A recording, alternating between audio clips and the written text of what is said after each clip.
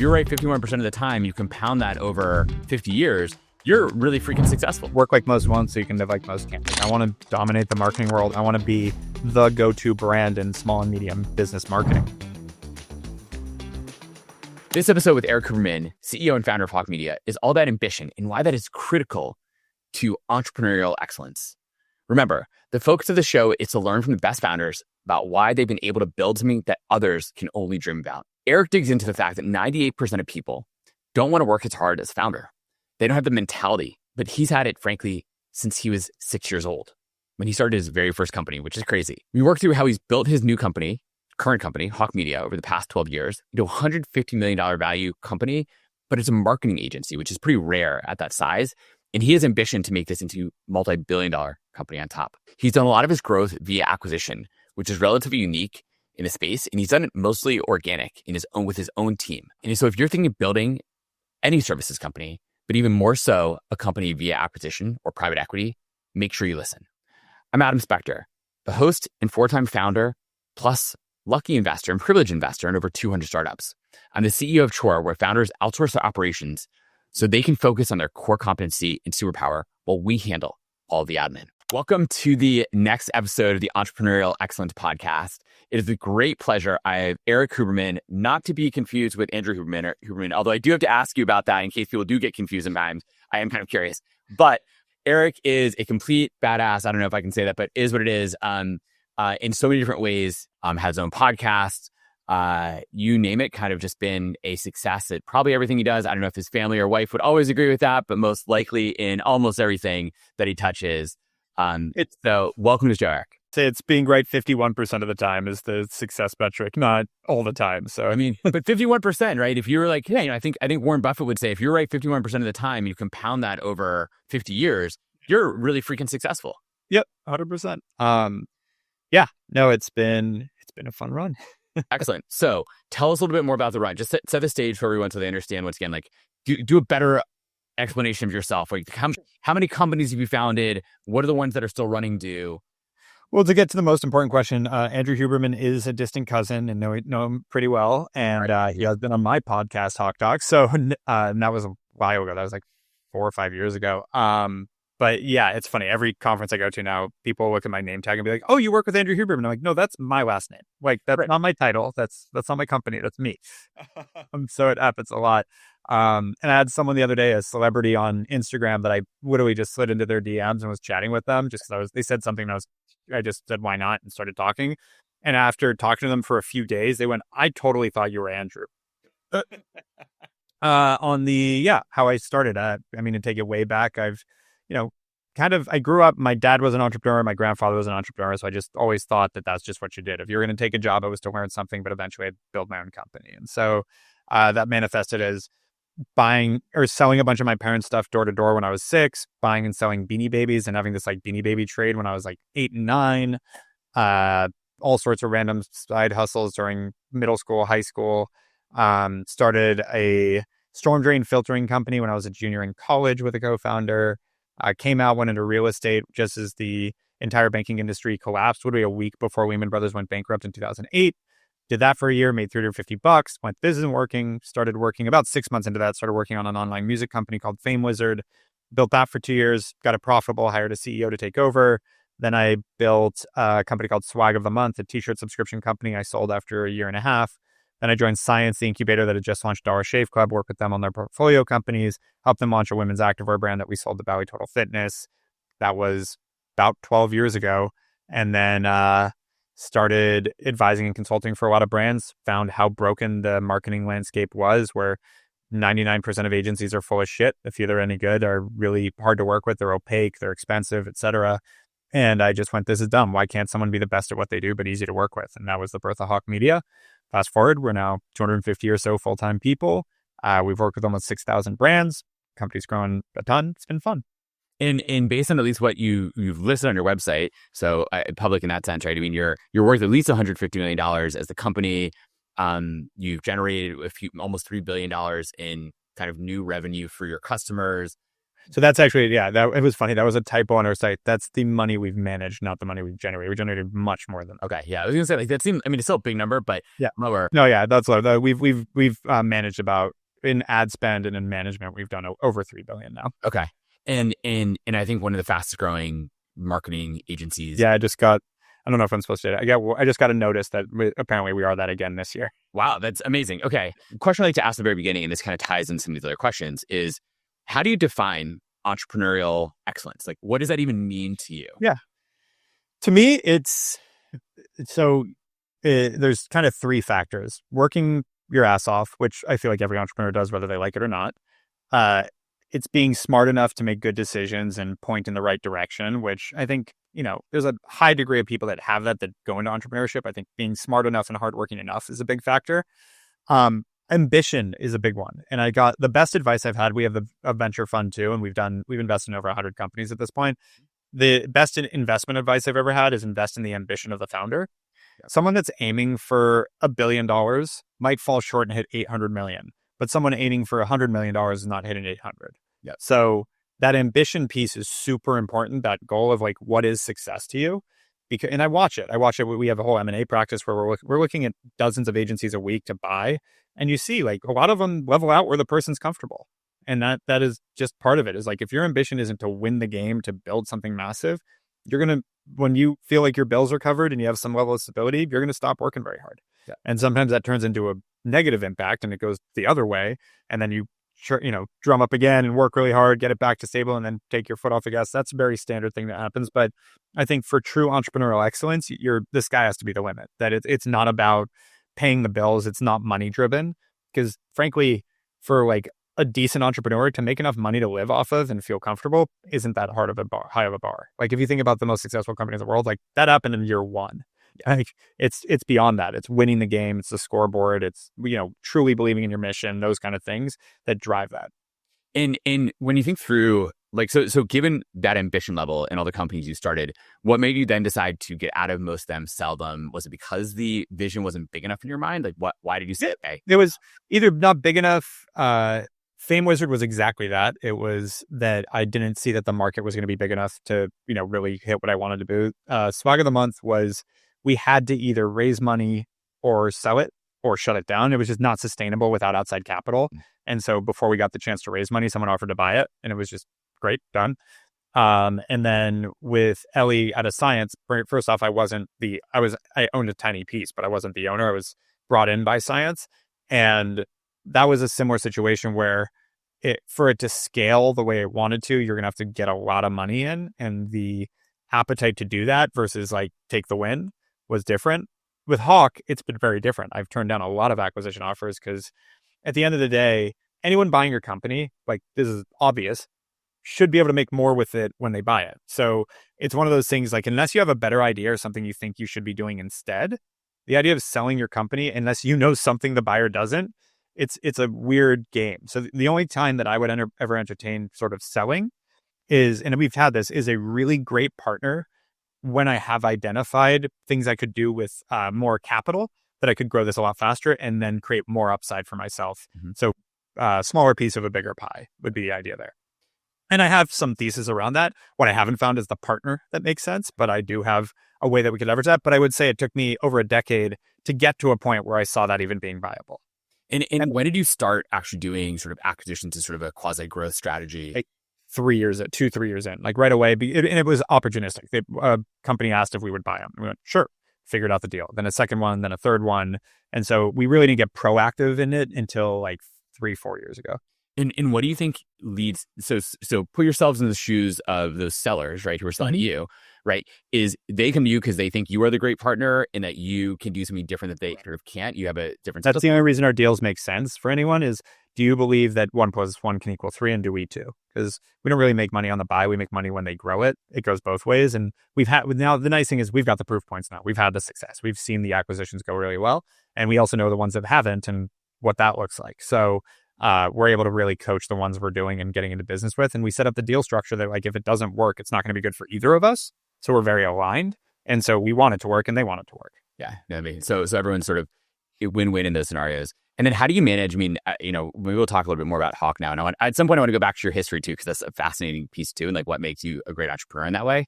But with Hawke itself, I mean, like, how do you end up, like, you're a services business, and so that's a little bit different maybe than some of the standard ones companies have had on board. But in the end, like, entrepreneurial success happens in a million different ways. In fact, arguably, it's a lot more. It's not just like the tech startups out there. It's actually far more the companies that are owned by someone, started by someone who owns a large majority. I assume you own the large majority of Hawke, and like end up building this. But like, how do you make, what are the key drivers that have made you guys successful? Like, compared to the companies you're buying companies who are similar to you. Yeah, I would say, well, so two different answers. If you're talking about compared to the companies we're buying, we created a lot of momentum and tailwinds at a time when there was a lot of momentum and tailwinds. In 2014, 15, 16, 17, I had a great business partner, or have a great business partner, but at the time was taking a lot of the operational strain off my plate so I could go focus on growth.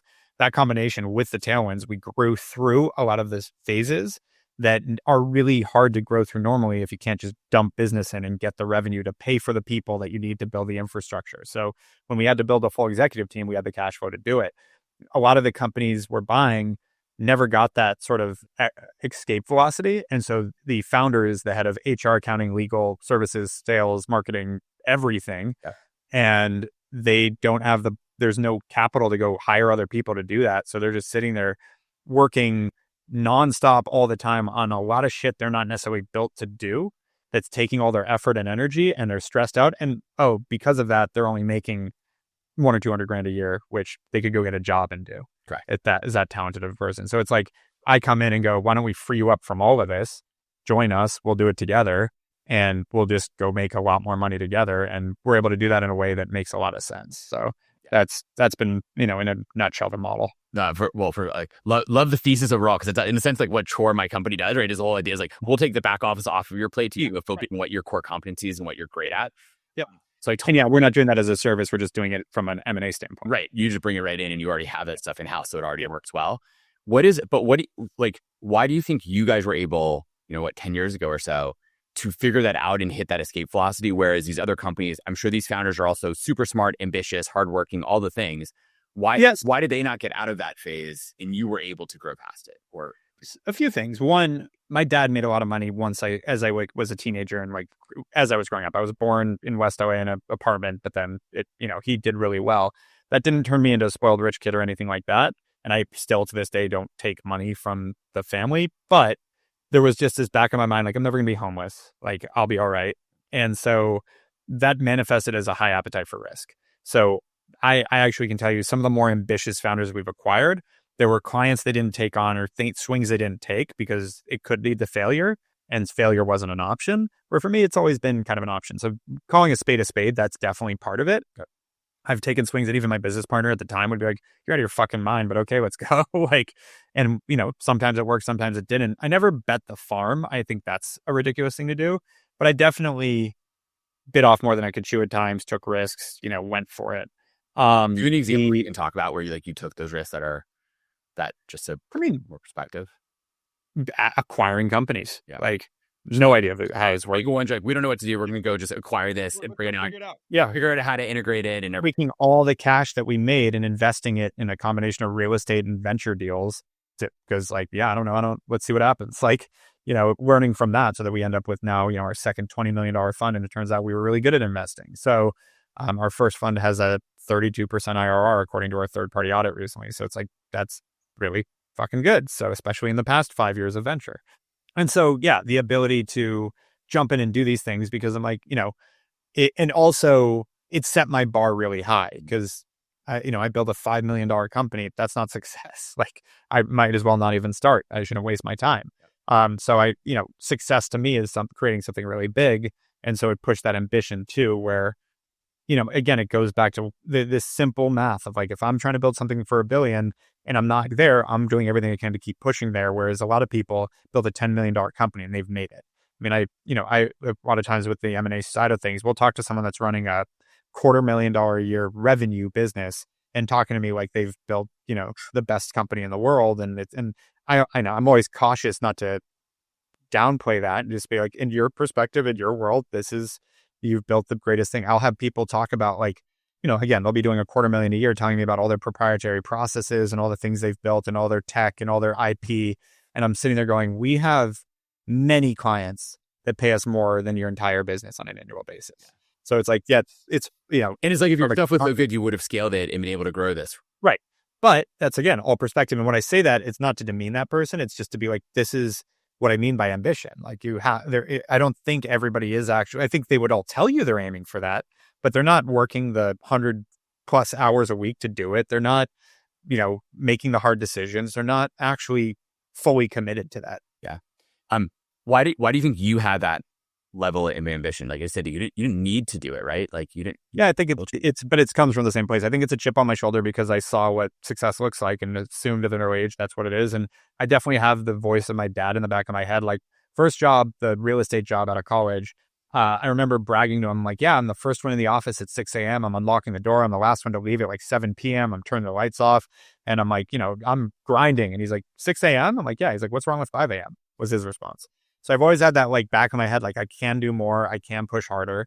And then there's a level of, it's not addiction in the sense of like workaholism. It's more of like a passion for the game where I'm not enjoying, like, I think there's something especially innate in me, but I think anyone that tastes it, there's something biological about the idea of growing and building and winning that's addictive, that's, compelling, that once you've tasted it, I want to see us winning. I want to see growth year over year. I want to see us taking that next, that I felt like I made progress, and like that progress and achievement and all that, both personally and professionally, are huge. And once you get into that sort of cadence, it's a small group that really reaches that.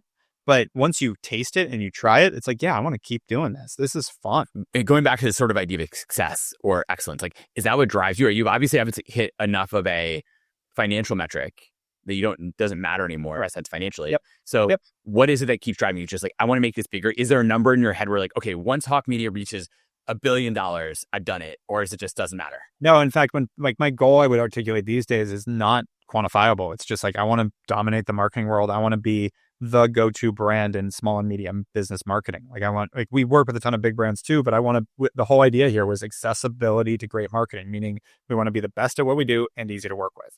How do we now reach the country and the globe with that value proposition? And, when I talk to our marketing team, I'm like, household name by the end of the year. I want everyone to know who Hawke Media is. We've got our best-selling book. We've got our TV show. We've got all these things. How do we make this so that everybody knows that Hawke Media is a great option when it comes to building your business? And that's whether that manifests as $100 million business, meaning revenue, or $1 billion or $10 billion or $100 billion, it doesn't matter. Like none of that is really it. Like, as long as the year I feel like we're progressing at a good rate, like where that ends up doesn't really change your lifestyle. I've learned this a long time ago, that once you're making $1 to $2 million a year, your lifestyle is pretty much the same as just about anyone else in the upper threshold of the world.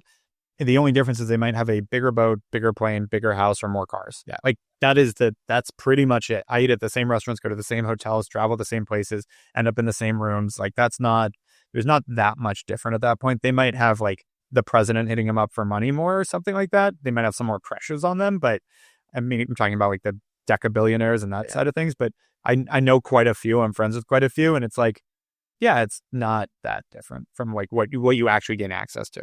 Yeah. And so then how do you make sure you keep building? How do you pull it off though to build a brand and company that achieves that? So by the way, I love that vision. Like that's actually really one thing. Something I say to my team all the time. Like every single startup in the world needs to know that chore is an option for them. Like you can outsource your operations. You do not need to do this yourself. And I hate it when I come across them. It's like, oh yeah, like I wish we had known about you guys. Like we would have bought you. And I'm like, yeah, dude, like how did you not know about us? It's funny because I think one of the only anxiety things that I have is when someone says, oh, everybody knows who you are. Because I'm like, well, this is it then? We've already achieved it? Like, so it's like both, where it's like, I want everyone to know who we are, but I really hope nobody knows who we are yet, because they want to, like, we're just scratching the surface. Right. Hey, there's a massive market out there for you. So how do you keep that? How do you build that internal process or mentality or culture that you obviously have that push? This is something I've learned over and over again. The most successful entrepreneurs I know, the best entrepreneurs I know, you're going to have to be the one that pushes. There's no autopilot. There's no, oh, I hired an exec team and they just started making it happen. Like you have to realize, and I love my executive team. This is not a jab at any of them, but if they lose their job here, this thing falls apart, their worst case scenario is they have to go get another job. And I lose everything. So like, it's a very different stake that I have in this. And so just being conscious of like, yeah, I'm the one that's going to push for growth because most people want stability. And one other stat I've talked a lot about, but I think it's really important to like continue to spread this. Like there was a survey done where tens of thousands of people answered this survey on X. And it was, would you rather work 25 hours a week and make 125 grand a year, or work 70 hours a week and make 300 grand a year? Just to give the math easy, it's about $90 an hour for the 25 hours, $80 an hour for the 70 hours. So you make less per hour, but you make almost 3 times as much money working 3 times as many hours. And what percentage of people do you think said 25 hours a week? Something like 80%. Yeah, and I would have guessed 70. It was 98.2. So when I see things about the 1% and all this shit now, I'm like, yeah, meaning the people that actually want to put in the work and are sacrificing other things because that's what matters to them. And priorities are fine. I don't actually have anything against the 25-hour person. Just don't complain about the 70-hour person. Yeah.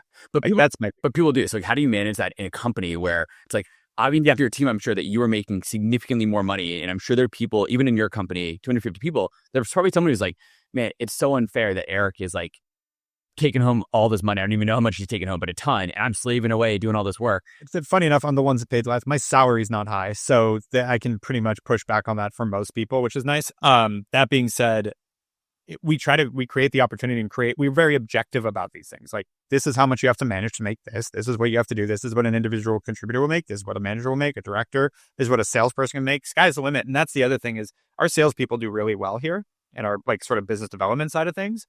And so we've had people that are like, well, screw them. I can be doing their job. Like, go ahead. And then they don't do very well because it's a very hard thing to do. You have to work your absolute ass off. And so it is a balance of like, again, it is that you mentioned Warren Buffett and the compounding side of things like that. I think that applies to salaries. That applies to all sorts of income where it's like putting in an extra 20% work for 10 years. You don't end up 20% ahead of everyone. You ended up like multiples and multiples ahead of everyone. Yeah, correct. And that's something I try to remind myself on a regular basis. And it's just like you grind every day and get up every day and keep doing it. You have to want to do it. So going back to the culture part and like just talk like nuts and bolts of like what actually it took to build Hawke, right? So sure. Okay, you're obviously setting the stage. This is what it looks like to be successful. But what does it actually mean for you on a day-to-day? Do you like a clear mission, or you're reminding your team every month, quarter? Do you do team-wide all hands? I mean, it's a combination of all things. The thing is, like, you want to be careful of the balance. Like, sharing the vision is important. I know everyone would articulate that, but it's also like, if you overdo it, it's like, yeah, we know what you think. Like, we're going to take over the marketing world. Great. I still have to do this thing. And it's good for them to recognize what part they play in the bigger mission. And a lot of times they're focused on like, these are the things I need to do. And so you want to be careful about like overhyping it, I think, and being inauthentic about that side.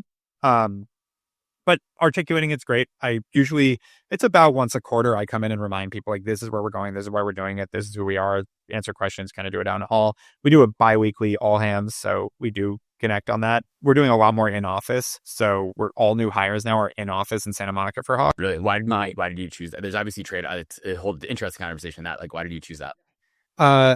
The productivity and the benefits vastly outweigh the cost. Really? From what okay. Oh yeah.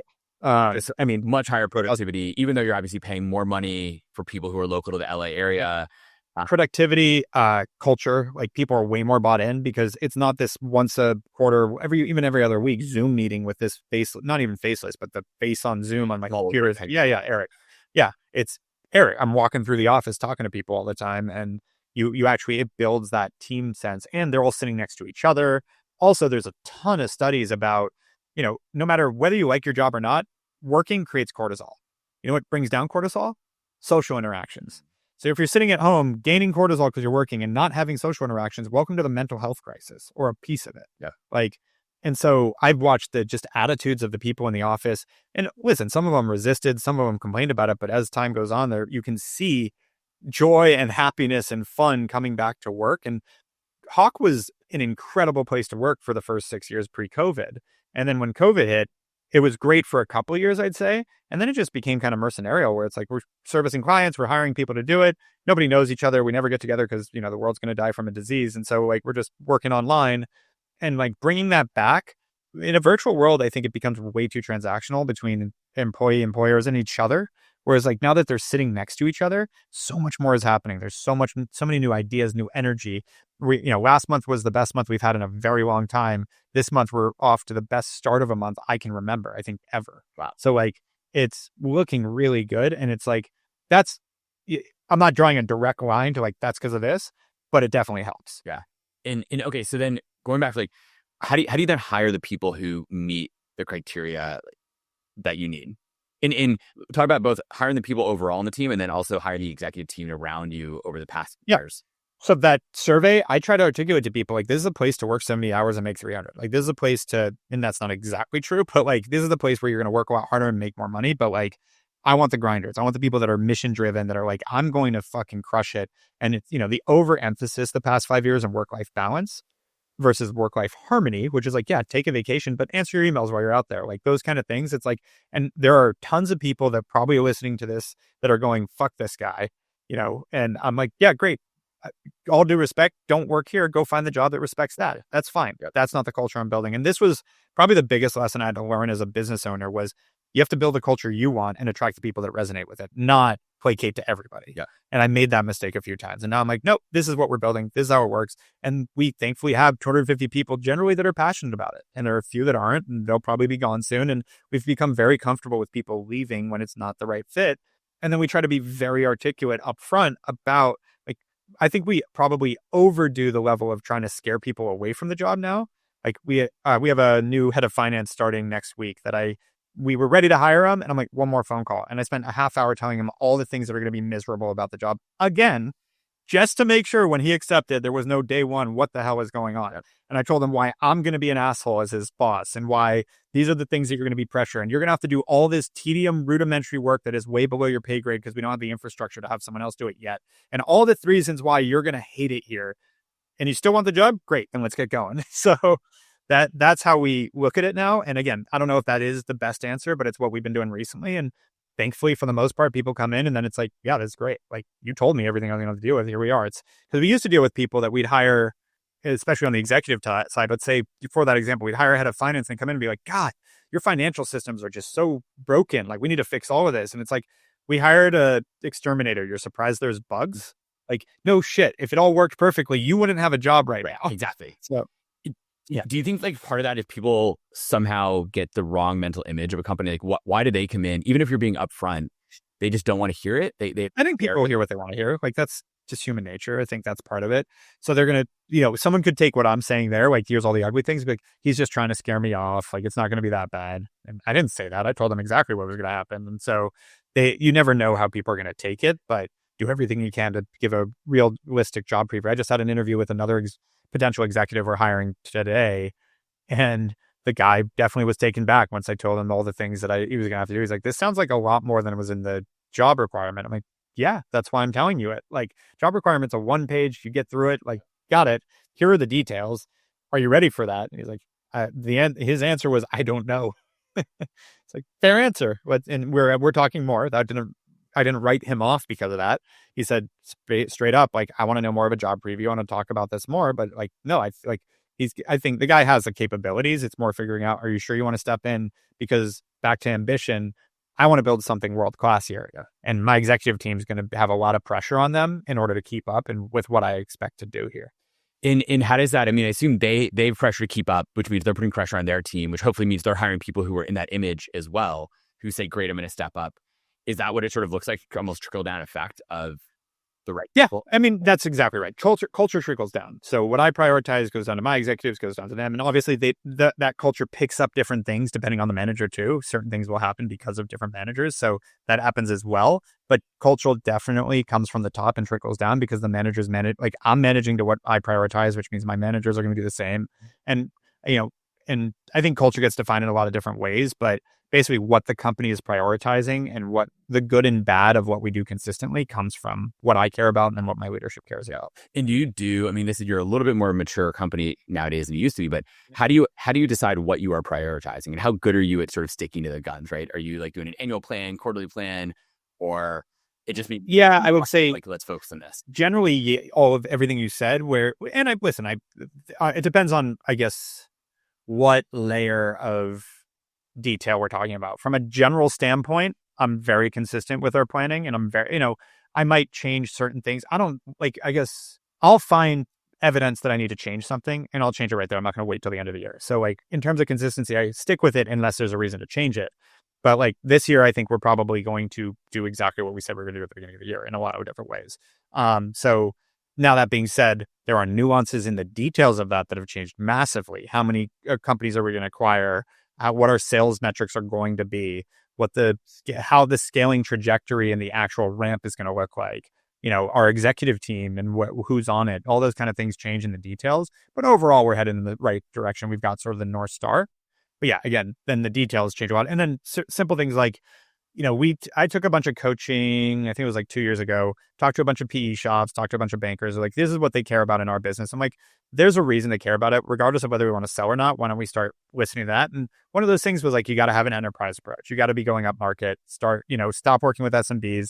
They don't have as good a retention. Net revenue retention is the metric that matters. You've got to have stability. So start working with longer contracts. And I was like, okay.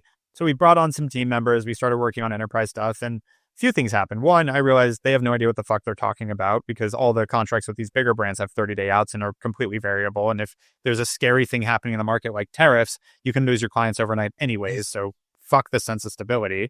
It seems like containers, like you start getting really addicted to some one big contract, and then you're super concentrated, right? Yeah, you get super concentrated.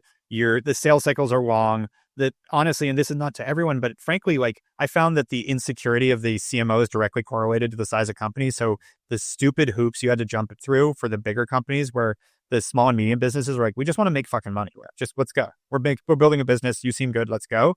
It's just such a more pleasant place to work. And it comes with a higher level of churn from an averages standpoint, because it's a lot of small businesses that change their minds and are a little more emotionally run. That's the downside. The upside. And so I looked at the trade-off, and after, whatever it was, 6 months to a year of kind of leaning into like starting to look at upside or up market, I went, listen, we get big brands sometimes just through moving through the world, and it happens. But from an intent standpoint, I want to double down on the small and medium business. I like that world better. There are 600,000 new businesses filing every month in the United States. We've worked with almost 6,000 total in 12 years. We got some TAM to make up for. Yeah. And so I'm like, and what's funny is with that happening and getting more focused, the door opened for bigger brands wanting to now work with us, because we became so much more like, this is who we are. We're not like, oh yeah, we can figure it out. We're done with that. This is who we are. This is where we've done really well. And if you want to jump on board, fucking great. But either way, let's move. And so, yeah, it's really served the company. But that's an example of like kind of about changed my direction a little bit, and then went, oh, this isn't working. This is stupid. Back to this. And we also got rid of our tagline, your outsourced CMO, because back to the insecurity, we'd say that to a Fortune 2000 CMO, and they'd be like, you're taking my job. Like, and the first time I heard that, I got on a phone with the CMO of a big brand, and they said, outsource CMO, are you trying to take my job? And I responded thinking they were kidding. Is it that easy? They weren't kidding. That call didn't go well. Our intent was saying your outsourced CMO is that we're a higher level of strategic thinking, and we're there to be a complement to you, not that we're taking all the CMO's jobs, which I understand the confusion, but if you're secure, you're not worried about that. And that's through experience. Tons of great CMOs have hired us because they're like, yeah, I need a thought partner. This is great. And so we got rid of it because we got to play to big brands now, and they don't understand this. And then when we decided to stay focused, we brought that back, and it's just crushed it for us. A few questions then. Like, so one, just to summarize kind of what you said, is like, stay true to who you are and be focused. Like, I'm going to say this tell me if this is correct. Stay true to who you are and focus on that, and everything else will come eventually, right? Like, you get these big brands because you are focused on who you are. Yeah, I mean, yes, and it also just be okay with it not coming. Like, just be focused. Like, you might miss out on some opportunities, and like this was really hard for me for a long time in the early days. Was like to like get focused, but then in that focus, be giving up what could be potential opportunities. But you realize that focus drives so much more opportunity within that focus that the stuff you're missing is fine. It's kind of like the infinite amount of entrepreneurial ideas that pop into an entrepreneur's head all the time. They're like, I could do this, I could launch that, I could do that, and you realize like, the time, you only have a limited amount of time, and the time you take away from your bread and butter and your core business to go do a bunch of other shit better be really worth it. Like for a venture fund, super complimentary, really worth it. But there are other things that we've done that I'm like, why did I just waste a ton of time on this? Do you have a heuristic in your mind for how to decide what to focus on and what to prioritize? I mean, it's really just, where do I see the best opportunity? Where do I think that what is an outsized opportunity? Where is my time? Like it's trying to predict what is the best use of my time. And I'm answering the question with the same statement as the question, but it's just taking an attempt at it and just being conscious of that. So it's like, yeah, there's all these other ideas, but is that really, am I better off? Like we tried to launch a online self-defense platform because it's a hobby of mine and like tactical training and self-defense, and partnered with a great company to do it. We worked on it. We built it. We put a bunch of money into it. And right before launching, I went, yeah, this is a waste of fucking time. Like, this is cool. It might be a big business, but I don't believe that this is going to be bigger than my core business. And all I'm doing right now is sacrificing time on my core business to go work on this because it's fun. So turn it off. And we all agreed to just shut it down. So why do you think you're presumably better at making those decisions than others, right? So you talk to lots of founders, and I do too, right? Where they're like, I have all these ideas, I want to go do all these things. And they kind of get what I call, SOS, shiny object syndrome. But they're CEO, right? They've reached CEO, they've maybe raised on money, they think they're God's gift to man. And then next thing you know, 2 years later, they're out of money because they didn't focus on anything at all. What makes you different?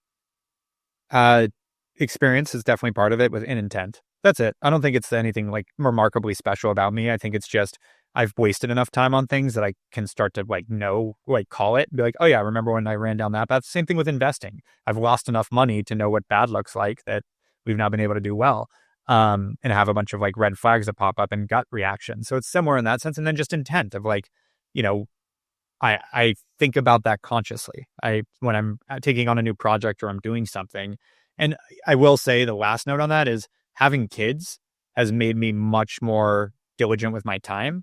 And so it's like, it used to be like my time, I didn't value my time. I was like, whatever, I'll go do another phone call, another meeting. I'll run. I used to like show up in rooms that like people would ask me to speak to a room of like 20 people in North Carolina. I'd be like, fuck it, I'll get on a plane tomorrow. I'll go speak to 20 people. Now I'm like, probably not worth my time. Yeah. Like that, and that trade-off happened a lot as being a dad too. Yeah. I felt the same thing myself when I became a dad. I'm just much more careful about who I meet when I meet them. Yeah. I live in San Francisco, and I'm just like, hey, look, everyone comes through SF. I'll happen to meet you here when you come here. I pay enough money to live here. I just won't get on a plane instead. Yeah, exactly. A lot of phone calls, a lot of Zooms, a lot of sacred time too. Like in the, first thing in the morning and dinner time and bedtime, I try to be there. And then like tonight, I've got a block from 6 to 7 to spend with my family. And then from 7 to 9, I've got 3 other phone calls to be on. Yeah, that's what it is. And I think, setting hopefully a good example for your kids for what it means to work hard. And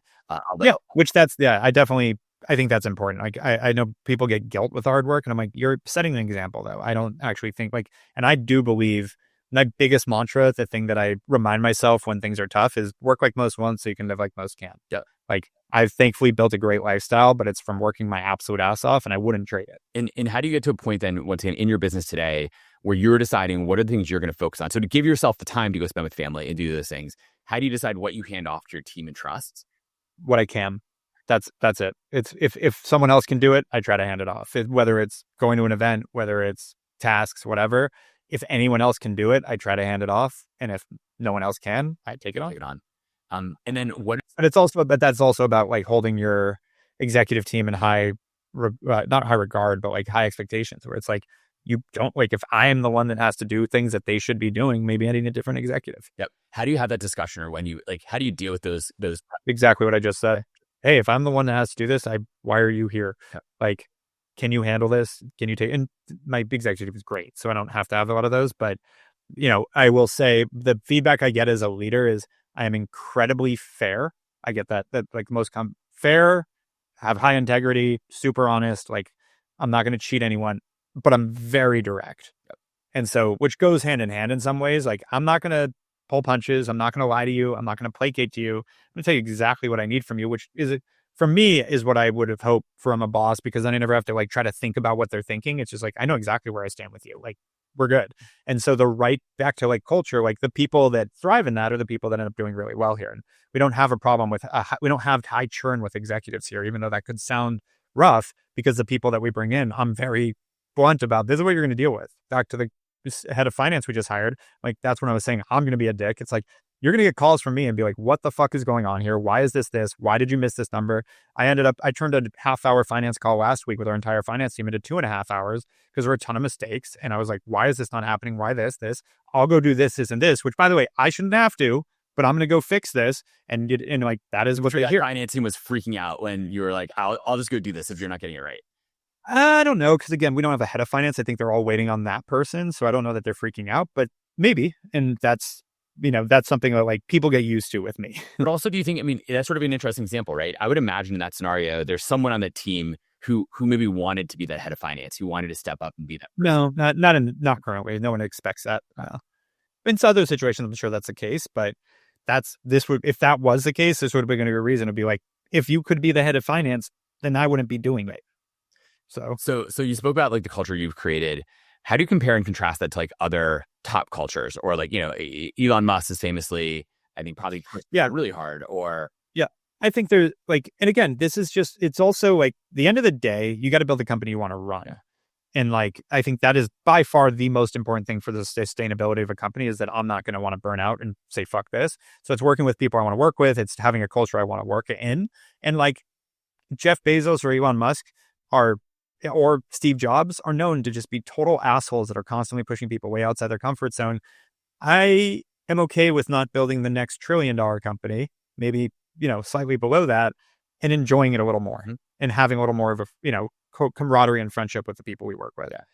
I don't know that I need by the way, he's going to attract a certain type of person that wants to thrive in that, and I'm going to attract a different type. And I think that I don't think either one's better or worse. It's just what you want to build. Yeah, no, I would agree. And your outcomes be different. I would say though, like a lot of the stuff you read, the people who were there early days of all these companies utterly loved it, right? They probably worked harder than they've ever worked in their entire lives. And they would tell you that those CEOs were total assholes. At the same time, they did something that they probably would have never done otherwise. That's what I'm saying. I don't think that they're doing anything wrong. I think it's right for the right people in the right place and for them. Do you find like Elon Musk isn't trying to make any friends, I think is kind of the point there. And for me too, like, I would say I love the people I work with, like sincerely. Whereas I don't think Elon Musk would say that about his executives. And that's because he doesn't give a shit. And I do. And not that he doesn't give a shit about people, that he doesn't care to be at a place where he would say, I love my executives. Whereas I like, that gives me more energy, more ambition. Like I want to feel like I'm with my team. I love that feeling. Whereas I think Elon Musk is like, go get your fucking shit done and don't talk to me. Yeah. It's a different culture. And I wonder for every entrepreneur how you build that. Neither one's bad. I think some work for some work for others. Yeah, no, totally. Going back to the early days of Hawke, like how did you get those key things off the ground? Like you were doing everything, you're getting customers, and it just was like, just once again, like grinding and building up the name, and then just seeing, hey, can we double this year, double again, double again, double again? What was the focus? Still is. Not much has changed in 12 years. I have more people, we've got more clout, but yeah, I mean, and again, so I've learned this from friends that have had multiple multi-billion-dollar exits and are building the next thing. Like the real entrepreneurs, like the grind doesn't stop until you're done. And then they move on to their next thing and they do it again. So I have people that like, it's not about the money. They fucking buy whatever they want. It's the game. It's like, I want to win, and guess what it takes to win. And so from the beginning, it was that grind, and it never, the few times I kind of pulled my foot off the gas were the few times that I had backlash, and it turned into missing targets and doing things things happened in the company that were not fun. So it's much more fun for me to be at it, be aggressive, be pushing, and seeing the fruits of that than getting a little more vacation, but not having that. And that's, again, this is where it's personal. It's not, I'm not saying everybody's that way, but for me, there is no like happier sort of zen for me than the business is sustaining and growing. Like meaning like we're very profitable and seeing growth. And when I'm there, I'm more energized by work. I'm jumping out of bed. I'll work. And this is something I think is important to share with people that always go like, these guys that get up at 4 a.m. and work out, then sauna, then fucking work for 15 hours and like sleep 6 hours a night or 4 hours a night or whatever. I'm just not built that way. I'll tell you from experience that when things are all clicking and things are moving and it feels like you're just winning, it's easy to find the energy. Yeah. Like when you're in that zone, like the energy is so easy. Like I'm not a morning person, and the times when I'm there, like I'm getting up earlier and earlier and earlier just to take another phone call because I don't have time because everything's moving and I want to keep up with everything. And it's super fun. And the more you can take the shit you don't like off your plate and just focus on your like zone of genius, the more that energy comes, the more you see success. And that is real, like as you're building, hiring people to do that is really important. And then the hard part is those people, it's a job. They're not a founder. So you're going to have to manage those and have to find ways to get people that are super accountable, that are passionate about their job, and build an infrastructure around yourself that you can focus on that stuff while still checking in on everything. And that's the part that, the dream of every entrepreneur is I've got the executive team running the business. I don't have to do shit. Like the reality of that is very, very, very, very, very, very rare. Yeah. I feel like as my company keeps growing, there's just more work that I have. It's different. It changes.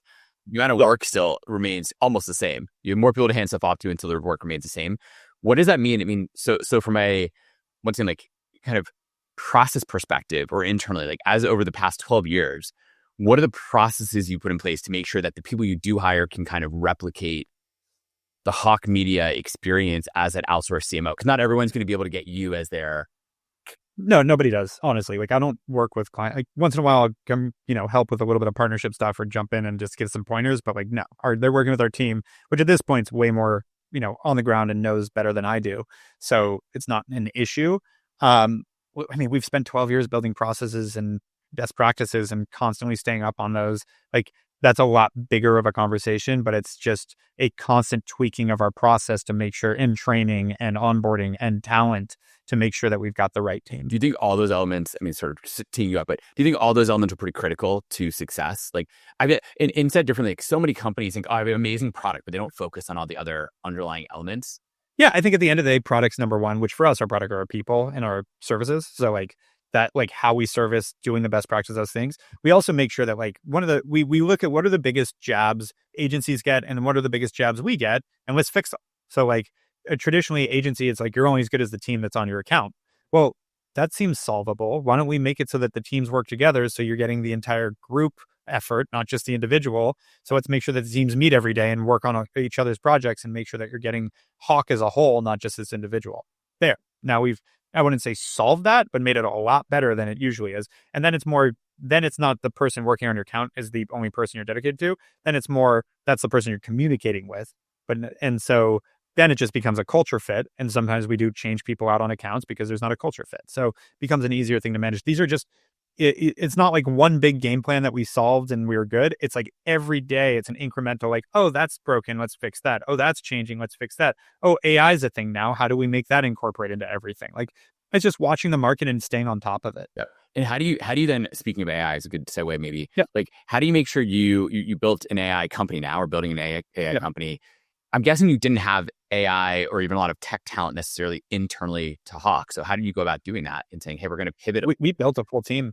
Yeah. We acquired a software company that had built the visualization and dashboards of what we needed, and then brought in a team to help build out the AI side of it. So that over the course of years. Yeah, but that's a big investment, right? To say like, we're going to be very big investment. Yeah. Do you find it different or difficult? So one thing I find kind of fascinating is as a service business ourselves, but I built 3 software companies before this. I'm seeing more and more software companies move into services a little bit. And I find it interesting because to me, there's such different motions, like being able to manage a team, keep them happy, all the things you can do with services where it's very much about process, those pieces. It's very different with software. Like I'm going to launch my MVP, go quick. It could break, but I can scale it a million times because it's still on the same piece of software. Very different. How did you manage having both internally? A lot of mistakes and a lot of costs and a lot of money thrown out the window and figuring it out along the way. I mean, and I say that trying to be very just honest about it. It's not like, oh, we just had this whole thesis and figured out and boom, it went. It's been years of mistakes, a ton of lost money investing in it. And with a vision and confidence that with all that money will mean nothing when it works right. And now it's really started to kick off, that it's worth the investment because it's like, it pales in comparison to when this thing would work the way we want it to work and start to go. Did you have to change yourself as CEO, like to learn how to go do that the right way? Or did you just like, I need to hire someone great to go run this?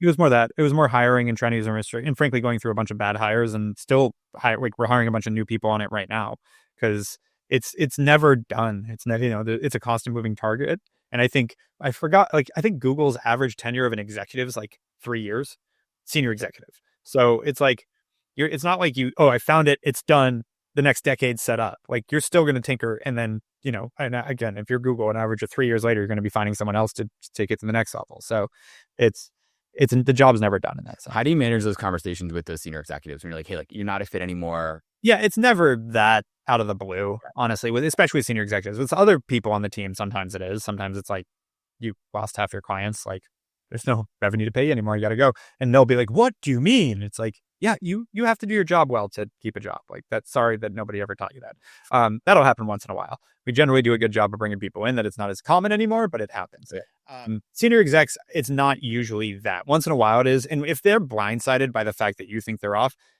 either you've made a mistake or they're even worse than you thought. Like I had an executive make a shitload of mistakes, and they were here for a short term. We hired them early into their job. They made like completely unacceptable mistakes given the level of experience they came in with, that it was just like, this isn't about like your learning curve at this company. This is about like, you have no critical thinking skills. Like, this is really bad. And when I brought it to them, because we were going to let them go, they were the victim. Oh, how could you say this? Like, I didn't have the proper training and this and that. And I'm like, you've been doing this for 25 years. I didn't think you needed to know how to manage the earnings. Like, it was pretty bad. And so that's only happened, I think, once or twice. Most senior executives, you get to that conversation, they knew it was coming. They've been waiting for you to have it because they weren't going to quit first. Did you with that person, did you do a retro internally? Like, hey, what did we miss in the hiring process to even bring them on board? Yeah, but we knew. We needed someone quick and just grab someone. So it was just moving fast in that scenario. Yeah. Yep. Speaking, let's move quickly into investing a little bit, right? So one, maybe this is a good segue is you talked all about the key things that you have, that your skill set for why you're great. Yep. And you want to hire sounds so good. We talked about why you're great. Well, no, but I mean, you are like, this is why you're on here, because you built some amazing things and have a much further to go. And obviously look for ambitious founders, right? You talked about that, like the ambition level. But how do you really identify that, right? When you're speaking to someone and making an investment, how do you identify, like, you are an ambitious person who fits the mold? Because everyone says, anyone has the guts to go start a startup, probably have some level of ambition. So we just passed on a deal because the person told me they weren't going to go to market until January. And I was like, what do you mean? You've got a product? Like, yeah, but it's not quite ready yet. We want to get it perfect. And like, you are in a time now with AI and Cursor where like people are spinning up products like that. Like, you're going to take another 7 months before you go to market. And they're like, well, yeah, because we really got to get it right. We're worried about our reputation. Like, who cares? Yeah. Oh, yeah. You're going to hit 6 people. Maybe you'll piss off one. Like, they'll understand you're a fucking brand new SaaS company. Like, when we had this debate and they just kept saying it, I'm like, I'm out. Like, all due respect, like, that's your ambition. If your ambition was to grow a big business versus like, and that's also part of it, is like, where's your focus? Building a great product's important, obviously. But I think we're at a time now, and I think software entrepreneurs are about to get fucking blindsided by it, is like, it's becoming as easy to start a t-shirt company as a software company. So like, your go-to-market strategy and distribution is all that's going to matter pretty quick. And that's where we've really started to focus on when we're talking to potential investments, is how you get this to market. Hawke Media is a good partner for that. That's part of our thesis with these investments, but we can't be the only one. So like, what's the strategy here? Because someone's going to look at your software and replicate it overnight, but they're going to be friends with Shopify and incorporate with them, and done. You're fucking out. So that's become a thing. But it's also just having a conversation. Like, one a question I ask every time is like, so where do you want to take this? What's your vision for it? Like, what are you trying to get? And you learn pretty quick. Like, oh, we want to get it. We could probably get 1,000 companies working on this and making like 10 million a year, and that that would be, and then sell it for 100. It's like, that's your high watermark. Okay, that probably doesn't make sense for us. Or this is phase 1. We're going to get to this. We're going to do these 5 things. And then that's going to open up this market, which will open up this. And then they could be there. And, there's not, basically, if you look at the comp, this would be this company, which right now they're trading at $27 billion. So that's the market that we're seeing is available right now. But honestly, we can move past that. You hear something like that, it's like, all right, let's check that box now. If it's real, if it's like, there's also people that are just like, we're going to build a $30 billion company. How? I don't know.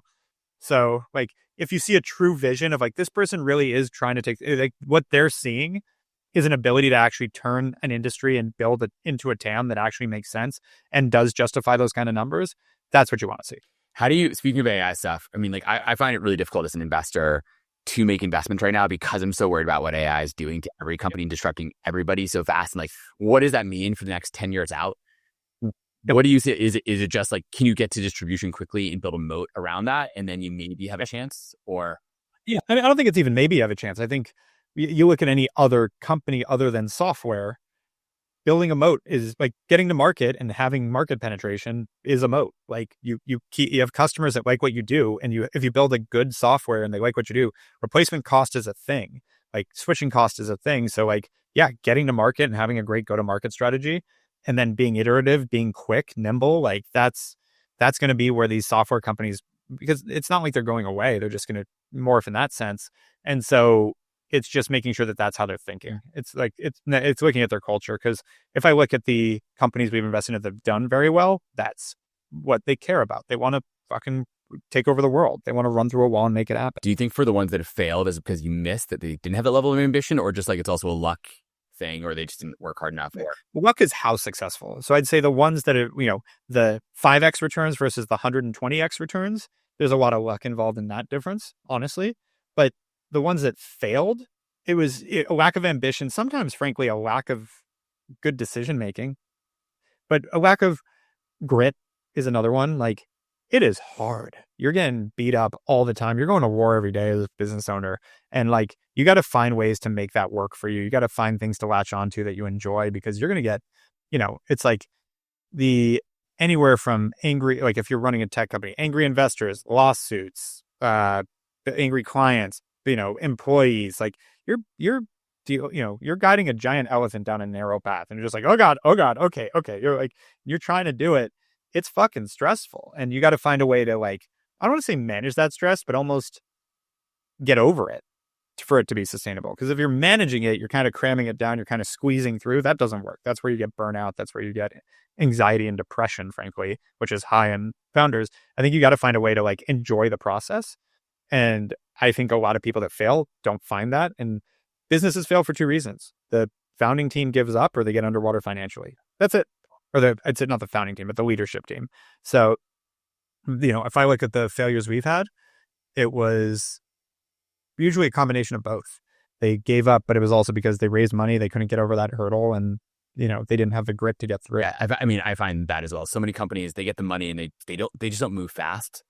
Right. And that's why I passed on that deal. It's like, your go-to-market, I'm like, and they already have a product that can work. They're already in, like, beta. I'm like, you should be selling it right now. Like, and maybe I'm wrong. I accept that I've called it wrong many times. My favorite example of this is literally the incubator that I worked at, Science, launched Liquid Death. And they called me and offered me to invest at a $5 million valuation in the early days. And I told them, Death Water, you guys are idiots, and moved on. And obviously they've done well. I hung out with Peter, who was the guy that brought me in on that the whole weekend.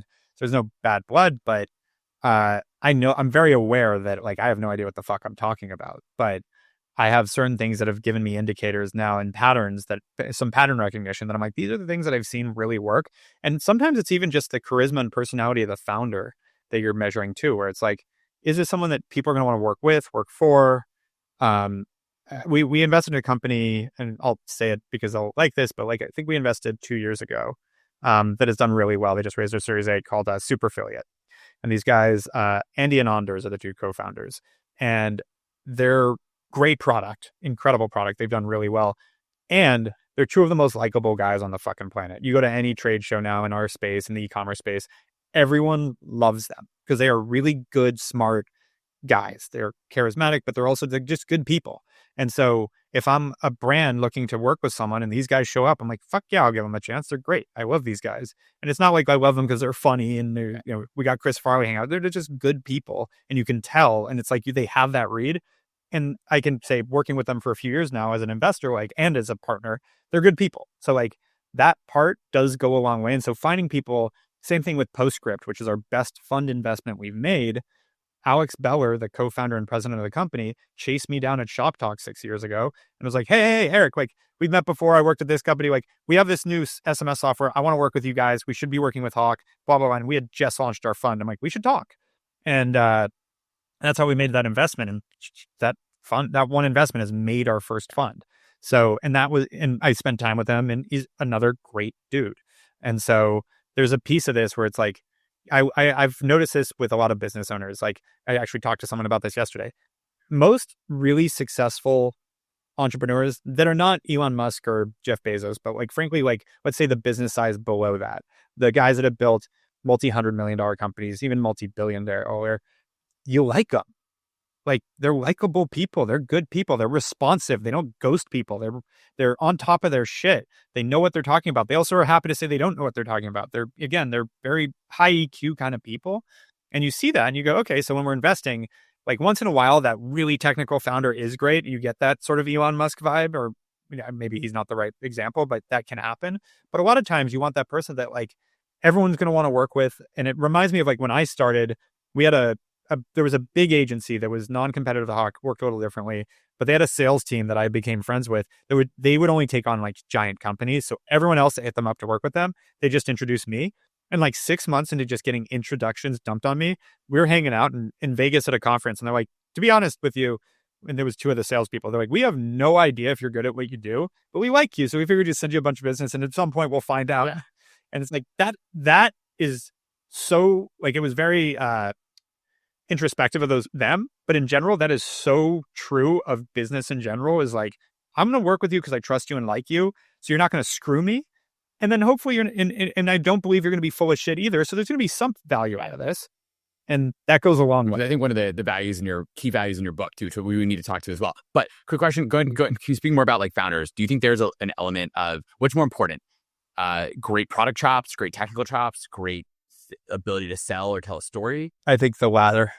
I think selling. I think as a founder, you got to be able to sell. You got to be able to, because revenue cures all ailments. If you can go get business, you can figure out a lot of other shit. And so if I was to pick something, because you're going to be selling to investors, you're going to be selling, if you're raising money, you're going to be selling your product, and you're going to have to sell employees on working with you. Like, you got to be good at sales to be a founder. How do you get good at it? Like, what's especially in analysis, in the sense that like so many founders or people in general in business like look down on salespeople. My opinion, like, oh, you're like a used car salesman, blah blah blah. And I'm like, no, dude, that is the most important skill set. How do you get good at it? Especially, I mean, in general, but how do you? Yeah. By the way, if you're going to be dictated by what other people's opinion is of you, you're going to have a rough time being a founder too. So it's always like, and thankfully, this is where, and my wife laughs about it too, because I really don't give a shit what other people think, unless it's like, there's two reasons I care. If I've harmed someone, like I actually have enough empathy, like I don't want to treat someone poorly. Like I care there. And then if it's going to actually have a negative blowback to me, so if like someone thinks I screw them over in business and they're going to go tell a bunch of people that, like, I don't want that to happen. So like, let's figure this out. Like, if it's going to have a negative impact on me, I care. But like, if it's literally just a judgment thing, it's like, I don't care. You're going to judge me because I did sales. Like, I'm also doing great. So whatever, move on. And so I think there's an important part of this where like, how do you learn how to sell? Go do it. Like I want it. And we've all heard the cliche, but I heard it too, where it's like, sales, you're going to sell in everything you do. You need to learn sales. It's one of the most valuable skill sets professionally you can learn. And so I tried to go become a used car dealer in my sophomore year. Really like the classic. Because of that, I was like, there's no glamour in this. It is the rough, like everyone hates their used car salesman. Like that's what I want to go do. Not because I'm going to do that for career, but it sounds really hard. And I'm doing this to learn. I went and applied, and no dealership would hire me for 3 months for the summer of my sophomore year. So I ended up getting a letter from Cutco, the knife company. And I was like, sell kitchen knives door to door? Sounds fucking miserable. I'm in. And so I leaned in, I broke a bunch of their records because I was all in, not because I was like, how am I going to have a summer job and tell my parents I'm working? It was, I want to learn everything there is about sales. And I crushed it because I listened to them. Frankly, that's on that. But I trained really hard. I did everything they said. And then I understood why it worked the way it did. I even made mistakes of like going off their script and trying to do it myself and then not getting the sale. I was like, okay, I get this now. I understand why this works. And I took that through every other thing I did in terms of that. So I mean, it's a reminder that everyone should just go out there and go. Yeah. Do it. And my real estate job, I was cold calling 200 people a day. And it's funny, I'm still close friends with the guy that sat catty corner to me in the cubicles. And he and I were the only guys with energy, because like literally the week after we started, the whole industry collapsed. Everyone's panicking. I don't fucking know any different. I'm like, is this something that doesn't happen every week? Like, this is my first week. I don't know. Like, I've never heard of Lehman Brothers. Is that crazy that they're bankrupt? Do banks go bankrupt all the time? I had no idea. So I'm just like dialing away, trying to convince people to sell, hearing fuck off, no, whatever. And you're like, all right, next. And I ended up with $35 million in listings as a 21-year-old in real estate. But then I couldn't get a sale on a single thing because it was 2009 and it went into 2009. And so didn't work out. But that muscle of like, just get over the like inhibition of hearing rejection is a huge one. And then understanding what makes people tick. And like, again, that like little bit of skill set and not doing it in a sleazy way. Like I think I even yell at our team sometimes about it. Yell is the wrong word, but like they'll send these like diatribe emails, like what they think sales should look like. And my newest thing I do with them is like, can you stand up and look at me and read that out loud? And they'll say it. I'm like, would that ever come out of your mouth? No? Then don't send it in an email either. Conversational. Like, it's never, hello, Adam. We want to talk to you about your performance marketing. Have you ever thought about switching to TikTok Shop? We actually have 3 clients that are doing great on TikTok Shop right now. We've got 350. You're like, what the fuck are you doing? Stop it. Or, hey, man, love what you're doing with your brand. By the way, we're doing really well on TikTok Shop. Would love to catch up and show you what we can do here. Not saying either one works 100% of the time, but like those kind of simple things that you learn just by doing, that you're just like having a little, you have to have a little bit of self-awareness when you're doing it, but it takes reps. Yeah. No, and that's it. It takes reps. Once again, going back to the compounding thesis, right? Just take reps, keep building, keep growing. On that note, speaking of selling, like you wrote a book, right? So the Hawke Method Yeah. was the book, and focus on like the key, I think, three things, right? Awareness, nurturing, and trust that relate to building a great brand. Never too far away. Yeah. So like, why did you write that book? What are the key theses? What should people learn? And like, how do they think through what those things mean? Yeah. So, wrote it, frankly, I'd given the talk. I did it in practice for years. Then I got asked to speak a lot at conferences and I would talk to this methodology. And then I got approached by a guy that ran a book marketing agency and said, have you thought about writing a book? I had already tried to write a book once and I just didn't like how it turned out. So I didn't go forward with it. Not about this, it was a completely different book. And so I went, yeah, no, I've gone through the process. I've thought about it. And he's like, well, what if we partnered up and I helped you write it and we put this out and blah, blah, blah. I was like, yeah, let's look at it. And he made the process really easy. So what was nice is, so to give you the framework, it's just 3 principles of marketing: awareness, nurturing, and trust. Basically, these are the 3 pillars of marketing that actually you need to kind of cover to have a successful marketing campaign. So awareness, how do you introduce your product or service to a new potential customer? Nurturing, what do you do to take them from being aware you exist to actually buying and then post-purchase coming back? So things like email marketing, SMS. And a lot of people miss the fact that like from the time someone becomes aware you exist to the time they buy takes real time. Weeks, months, long time. And you have to do things during that process. So that's nurturing. And then trust, synonymous with brand. How do you get people to actually trust you? 75% of people don't buy from a company they don't inherently trust. Early on, when you don't have an established brand, that comes from third-party validation. PR, influencers, celebrities, testimonials, reviews, blah, blah, blah. And then eventually you get into just being consistent and people start to trust you because it's you. 12 years in, a lot of people are aware of Hawke Media. And even if they've not worked with us, they've heard the reputation, they've seen what we've done. And so they start to, there starts to be a funnel that way. But still to this day, we try to get that third party validation because a lot of people don't know who we are. So a lot of games, a lot of different things in that. But the way I wrote this was when I talked to that book marketer, he gave me just a strategy where he told me it's about 30 minutes of voice recording per chapter. So write an outline for the book and we'll get on Zoom. We'll go through chapter by chapter, 30 minutes at a time. It's a 15 chapter book, 7.5 hours plus writing an outline. And boom, we've got the first draft. And it works. It's like, not too bad. And then we sent it to someone in the Philippines to transcribe it. And then he got it back. He edited it, then sent it to me. And I edited it. And then we sent it to the publisher. Wow. And then they edited it to its side. It was pretty amazing. And you got it out the door. And that is it from is it good to have a book from your own marketing perspective, right? Like you built your own brand on top. Like you have the Hawke Media. Yeah, now it's taught in Columbia MBA, NYU MBA. It's taught at University of Arizona. Like my book is now a textbook in colleges. It sells. We sell a few hundred to 1,000 copies every month without doing any. Like we're not doing anything for it. We're getting there. We're starting that. Funny enough, it's been around 3 years, and now we're starting to do some more intentional stuff around marketing it. But like for a while, it was just like let it. We did the launch really heavily. We launched a bestseller. We did the whole launch and then kind of just like let it grow organically. And it continues to go that way. And so we talk about it, which helps. But it's sold over 30,000 copies. It's done very well. And when you think about like the target market is the addressable market for this book is small. It's who cares about marketing principles. It's going to be heads of marketing, maybe people getting into marketing and CEOs. So it's not a huge market. So we're very happy with what it's done, but it's also become something that every new employee reads, every new client gets, then now we are all on the same page, speaking the same language, which was back to like, how do you solve the processes in the company? One of the big problems we were having was speaking that same language so that they knew what we were doing and valued it versus being like, I don't understand what you're doing, because that erodes trust. And trust with us is what really... You think it's actually, this is sort of a small personal one, but like, you think it's good to send out a gift like that to new clients? Like, hey, here's our book, or I don't have a book that I'd write, but like some book that relates to my case, like just outsourcing and delegating is a sort of core strength I think every founder needs to build. And yeah, you have to articulate it in the right way. I mean, I don't think they even look at this as a gift. And like, I learned this from a guy named John Ruhlin that sadly passed away, but he wrote a book called Giftology. And one of his biggest things was, if a gift has your name on it, it's not a gift. Has their name on it, it's a gift. But setting something that says Hawke Media to someone is not giving them a gift. Material in a sense. Yeah, exactly. So I always value that. Not that I don't think it has a place, but I think that I don't think of it as a gift. I think of it as a tool, as something that helps us in. That totally makes sense. Speaking a little, I want to move to like personal side of things a little bit more, and to like walk me through at a high level, like how do you organize your day? Right, you have 3 or 4 different businesses you're sort of running right now. You have Hawke Media, AI company.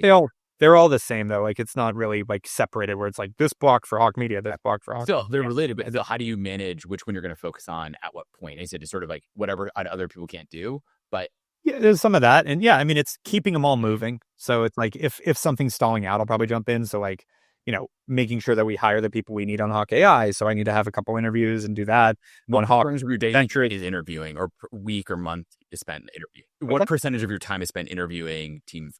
It's never consistent. It depends. Like right now we have 10 job recs open at Hawke. So there's a lot of interviewing and a lot of the, we're rebuilding and rebuilding our exec team. So like there's a lot going on right now. We brought in a great new head of talent that allowed us to feel good about like, let's go hire some new senior leadership. So we're doing that right now. So there's a lot of interviewing happening. There's probably 2 to 3 a day, but that won't last forever. It hasn't been the case for a while. So that, I mean, the truth is I don't have a typical day. I have pretty typical hours. I'm usually working like 8 to 6, and then probably twice a week I'm out at some sort of evening event, 2 or 3 times a week, probably on the road about a week a month, just depends. And then, yeah, weekends generally I'm, probably catching up a couple hours each weekend day. But other than that, family time and enjoying myself and that kind of thing too. And also, of course, you live in Santa Monica in that area, so it's beautiful. Generally speaking. So what does that look like from you spoke a little bit earlier about kind of like work-life unity, work-life balance. What does that actually mean for you? Is it just like, this is my life, this is where it is, and you're cool with that, your wife's cool with that, your family is just... It's finding ways to not feel like you need to make it all balanced, but it kind of integrates. So it's going on a snowboard trip because I love to snowboard, but doing it with a bunch of entrepreneurs. So it's like kind of work, but kind of like, it's like, oh yeah, I'm working. I'm going to south of France. As a real example, I'm going to south of France next week for a week. And it's one of the most productive conferences I go to, but I hang out in the south of France every summer for a week. So it's like, yeah, not bad. So it's not like I leave there and go, well, now I need a vacation. Now I need to go like and spend a week on the beach. Like I just spent a week on the beach. And thankfully I love what I do. So it's, I spend on the week on the beach wheeling and dealing and talking to people and finding partnerships and collaborating and like all the shit I love anyways. So same thing with like sitting on the chairlift doing deals and then jumping down and going snowboarding. Like it's all fun to me. So then there's not this like need to get away. And then once in a while I need to turn it off and take a real rest, but it's not as, I'm not like counting the days, counting the clock, like, Jesus, get me out of here. It's more like, how do I find ways to integrate it all? How do I find ways to, and I think the kids thing gets a little harder, but there's still ways to do it. There's still like have a happy hour, but bring my daughter with me so I get time with her. And the other thing is like very big on like having some personal achievements going on at the same time as work, so that you're not only tied up in your work and whether you succeed or fail, your entire ego is based on that. And so training for a triathlon, and I just started doing my run training with my daughter in the stroller, which is way harder than running without it. But I figure like, yeah, but that's training. I'm like pushing myself a little more, and I get some time with her, and she like sings songs while I'm pushing her around the neighborhood and stuff, and like get to have like, how do I integrate all this so that I'm not actually sacrificing one thing? Yeah. And I assume your spouse then is like understands like, hey, you're going to go to South France for a week, and that's cool. You get your vacation. Does that need? We've been together 11 years. She's not under any. She knows what. Yeah, she's signed. She knows what she's. I tell my wife too. I think she knows what she signed up for. But she's also very vocal when it's like she's very clear on what. Like again, we met a month after I started Hawke, so she's watched every stage of this. I've also been very open with her about how this all works and what's going on. I share that to a fault, but I almost like sometimes like, you're just talking at me right now. Like I just like, and this is happening, and this and that and that. So she's very clear on how this whole thing works. And so she'll say sometimes like, is that really worth it? Like for you to go out and go do that? Or can you send someone else? Or like, is that really something you're going to miss? And I'm like, yeah, it's fair. And I'll cancel something or not do something. But like, again, she knows is super valuable. So that's not it. There's no discussion there and not even an issue. And then it just balances out with how to support her if I'm going to be gone a lot. Like this month, I'm traveling a ton, but I hadn't for 3 months. We have a newborn. We have a 9-week-old. So I stuck around for 3 months, and now like, all right, got to get back to it. And she's cool with it. Just make sure she has some help and some things that she needs. That makes total sense. What advice would you give yourself if like you could look back at yourself, the 6-year-old self who's doing your first jobs in Arctic? I mean, I feel like my kids are behind the times if what you were doing at 6 versus what they're doing at similar ages. What advice would you give yourself as an entrepreneur, starting entrepreneur, that you wish you had known? The most important thing, and I kind of alluded to this, is to build a company that you want to keep running. That's it. I mean, everything else can wait, can hold, but like sustainability personally is what matters, because then you'll keep doing it. You'll keep pushing. God forbid you shrink a little bit, whatever, it's built the way you want to sustain. And I don't mean that from just a financial perspective. I mean that from like, does this level of work for you? Like, part of the reason I think I have to work so hard is I built a company based on me working that hard. If I had started the company and worked half as much, we'd have probably a much, much smaller company, but it'd also be less demanding. But that goes back to the ambition thing. Like, I want to build something big, so I'm going to work my butt off. So you realize you start sort of a hamster wheel for yourself. And so make sure whatever you build and how you hire and how you build your team lets you sit in a sweet spot where you want to do it for a long time. That is by far the most important thing, as well as how you build the culture, how you build the company. Everything needs to be built for you, because if it as ridiculous as it seems, look at the lack of innovation out of Apple since Steve Jobs died. Yeah. One guy changed that entire thing. So one person really does make that impact, and that impact's usually coming from the founder. 100%. Do you think, I mean, so to go back to your one of the initial things you said, which like your success was about, entrepreneurial excellence is about ambition. Just to push back on that briefly, do you think it's actually more about setting up the world that you want to see? In other words, like, is success because you're super like, is success equal to your ambition, or is success being, I've set up a business that can pay my lifestyle and gives me the lifestyle that I want to have? Like, yeah, I guess it goes into the semantics of success. So sure. I don't fault anyone for being at a place where they're happy running a business they love and making the money they need to live off of, and that's all they want. That's awesome. Like, I don't think that is a problem. There's a lot of, I joke with some of my sort of more ambitious founder friends about, wouldn't it be nice to just be satisfied? Just be like, yeah, it's good, I'm done. But so that from an operator view, from the entrepreneur view, yeah, I'd say there's a level of success of being satisfied if that's what's going to work for you. You know, I think happiness is the goal and joy. So if that's where you're happy, great. I think some people miss that, push themselves past where they actually enjoy running it, and then it's just too much for them, and then they built their own prison. And so that's a risk. I was speaking to that ambition level for as an investor. As an investor, success is driven by ambition, because I want you to get the highest return you possibly can with my money. So I need to invest in people that are highly ambitious. And so that would be successful from a successful entrepreneur from an investor standpoint. From an operator standpoint, I think if you can wake up every day and love what you do and have it be sustainable, I think that's very... I mean, in some ways you want to invest in a founder who is probably doing something that is maybe unsustainable for the next 10 years, but they're just going to work. It's sort of on them if they want to burn out, but like, I just want them to build something great. Yeah. And yeah. But that goes back to where I think you can build something. I think you can do both. I think you can build a company where you can work your ass off, but also enjoy it enough that you don't burn out. I agree as well. I feel the same way. It's just grinding every day, but in a way that you enjoy. Correct. If there's a single piece of advice that you give, I mean, a little bit different than the other question, but a single piece of advice, boil it all down, one piece of advice to be an excellent entrepreneur. Is there one thing? High locus of control. It's my fault. There is no blaming other people or the environment or COVID or the tariffs, or it's all on you. There's always going to be something external you can blame for your lack of success. Like, I always used to say, I don't want to fucking hear about the economy. Like, I'm building my business. I'm not building the United States economy. Like, there's ways to win in every market. And I've become really conscious of that. Like, I don't know if it's just me, but there were times where I believed, like, especially because I came out of the Great Recession, that like when a recession hits, everything goes to zero and everybody loses everything. Like, I don't know why I thought that, but like, that's kind of how I thought about it.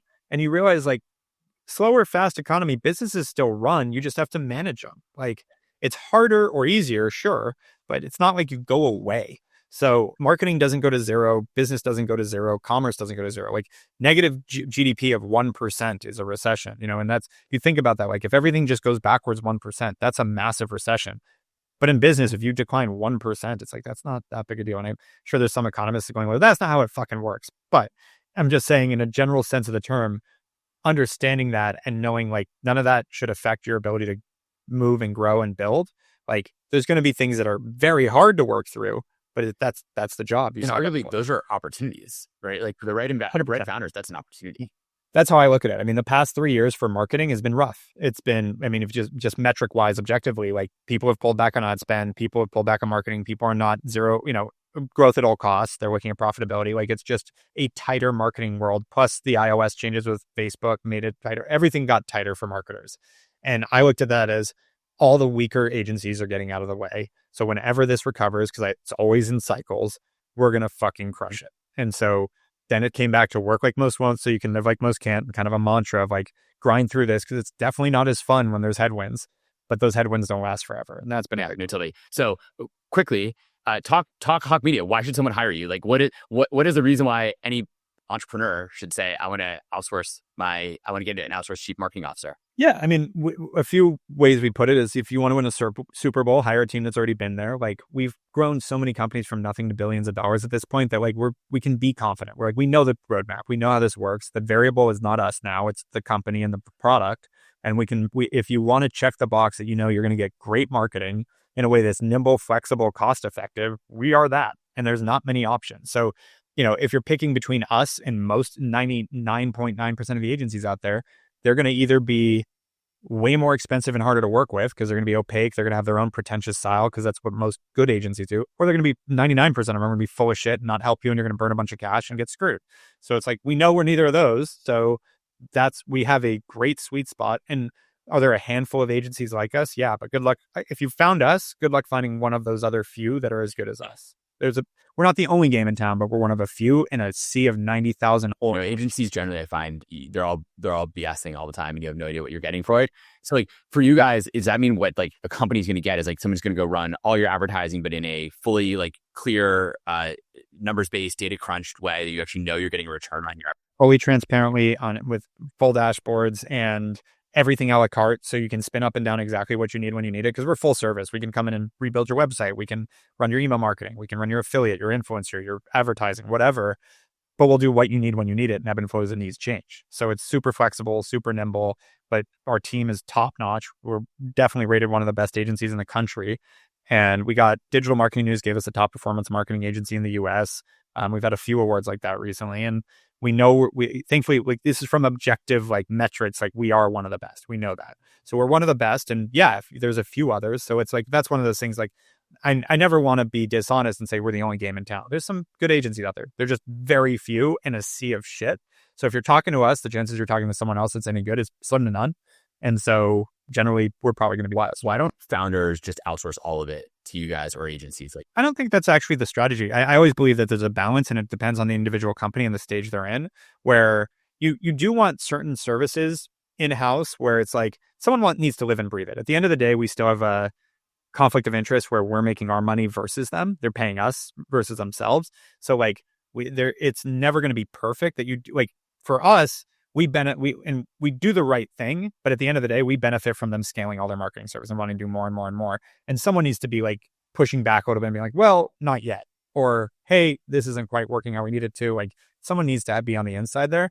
And then there's also the opportunity where, like, if you can get an incredible talent in certain services, like you get an incredible content maker that's going to create content in-house and pump it out, because I do believe every brand needs to be a media company now too. You get someone in-house that can do that, then you probably don't need to outsource that. But I would always outsource your advertising, because the chances are you're going to find someone in-house that can beat what we have here between systems and knowledge and benchmarks and all that. I think it becomes collaborative, and that what you're doing between in-house and agency should ebb and flow as time goes on. But the idea that it should be binary, one or the other, I think, why not get the best of both worlds and do it? Yeah, do both. No, I genuinely agree. Although I do subscribe a little bit to the idea that we're going to be in a world where there's a company of one pretty soon, in like $1 billion company, in the sense, like, I can hire, like, yes, on a per person or hourly basis. Oh, you guys are more expensive than me hiring someone internal, but you have all the talent and I can get you spun up immediately. And the funny thing is, we're not. That's part of our model, is they're working with multiple people, so you share the cost of an individual. So it's cheaper to hire. That's what I'm saying. Oh, that's fair. Yes, it's cheaper, but like, yeah. People don't always view it that way. But like, in my view, is sort of like, yeah, they're getting more for their money overall by hiring you. Or otherwise, because people don't take into account like the cost of hiring, recruiting, training, managing, all these things that we just talked about this whole past 90 minutes. Yeah. Those are things that people don't take into account. Like, those are really expensive, and keeping those people happy. Yep. And finding the right person. And when I hire an agency like you guys, that is your job to make sure they're great. Yep. And that is why I would say everyone should have an agency too. But I always like, it's kind of like the AI thing, where it's like someone's going to manage the AI, and the CEO is not going to want to be in charge of managing all these things at scale. At $1 billion is the crazy example. Like, the CEO is not taking every agency call, every outsourced backend call, every infrastructure call, no, they're going to have a team. Will the teams be smaller? Yeah, probably, depending on the company. But I don't think there's I think that can exist, but it'll be very rare. Yeah, totally agree. So Erik, if people want to go hire Hawke Media or get in touch with you or anything else, where can they find you? @Erik Huberman on social, or just hawkemedia.com. It's easy to reach out to us. We're intentionally excited. Amazing. Erik, thank you so much for the time. It is always precious that you spent it with me. So thank you for that. And I really appreciate it. Follow so you can up your own entrepreneurial game as we come out with new episodes every single week. Thank you.